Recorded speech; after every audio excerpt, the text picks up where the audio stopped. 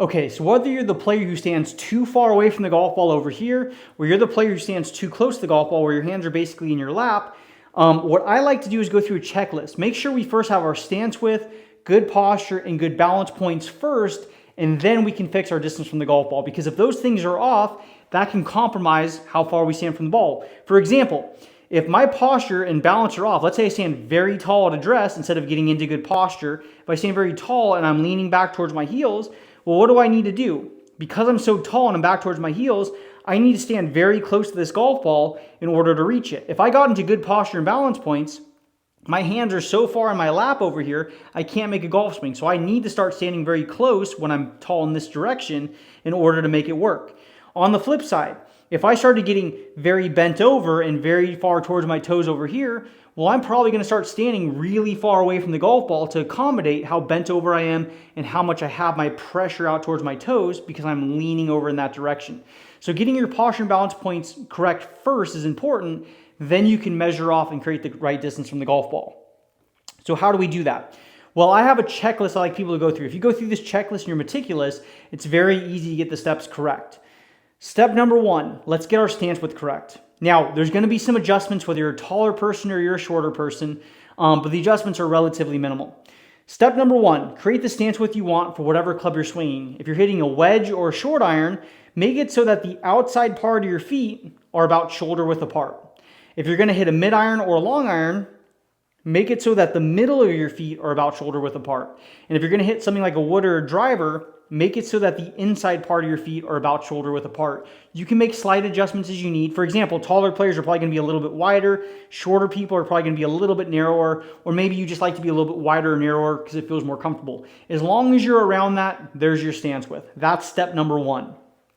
Number 2, after you've established your stance width, we are going to stand straight up and down. So legs straight, hips up, chest up, head up, just like we're standing straight up and down talking to somebody. And after we stand straight up and down, we are going to flex our knees. Nothing else is going to move, just our knees. Flex our knees until our kneecaps get directly over the balls of our feet. So that's our second step. Stand up, and then after we've stood up, we bend our knees so our kneecaps get over the balls of our feet. Step number 3, feeling like our hips don't really do anything. We're not going to try and lock them in place. We're not going to try and move them anyway. They're just kind of just doing whatever they naturally do. Focus on your middle spine, your upper spine, and your neck. Round your middle spine, upper spine, your neck forward and down in this direction until the back of your armpits, your kneecaps, and the balls of your feet are all directly in line with each other. We're not leaning on our toes, or we're not doing it so little that we're back towards the middle of our feet or our heels over here. We're rounding until our armpits, our kneecaps, and the balls of our feet are directly in line with each other.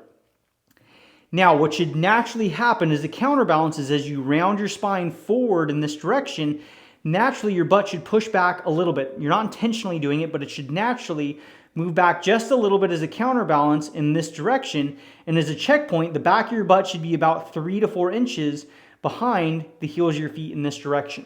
Now, if you're a player with a bigger butt, it can be a little more behind. If you're a player with a smaller butt or more flat butt, it can be a little bit more on top of your heels.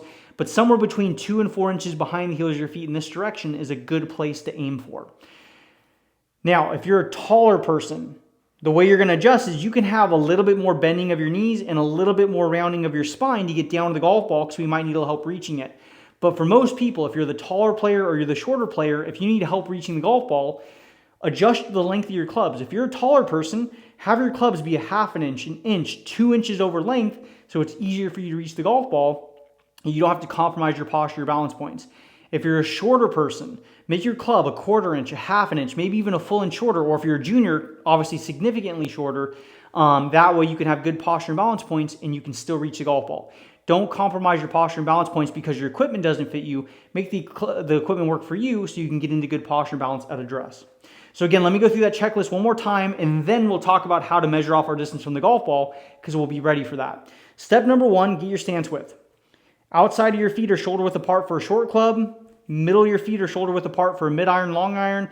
And for a wood or driver, the inside part of your feet are about shoulder width apart. That's step number 1. Step number 2, stand straight up and down like you're talking to somebody. And after you stand straight up and down, flex your knees so your kneecaps are over the balls of your feet. Step number 3, just relaxing your hips. Round your middle, upper spine and your neck forward and down in this direction until the back of your armpits, your kneecaps, and the balls of your feet are directly in line with each other. And as a result, the back of your butt should be about 2 to 4 inches behind the heels of your feet in this direction, depending on your anatomy.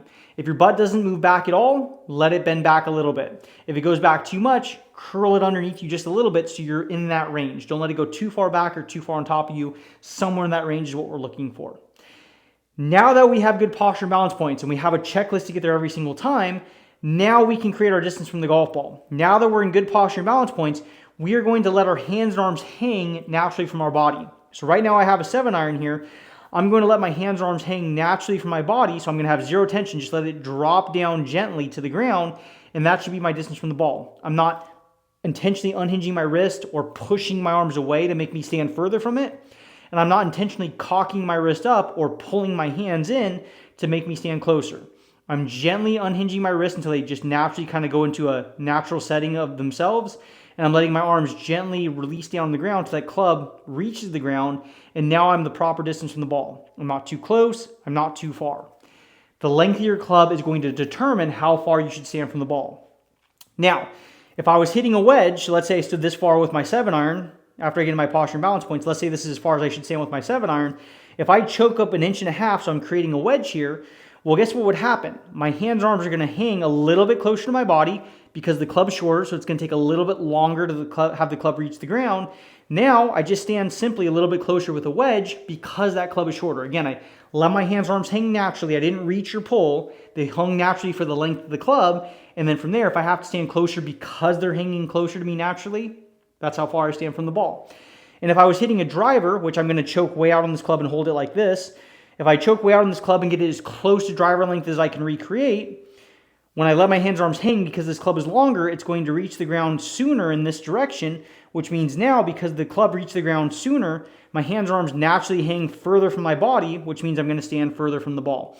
So wherever the hands and arms naturally hang, whether it's a driver, it's a 7-iron, or it's a wedge in this direction, let your hands and arms hang naturally, and that will let you measure off your distance from the golf ball. It's a really good way to do it, probably the best way to do it.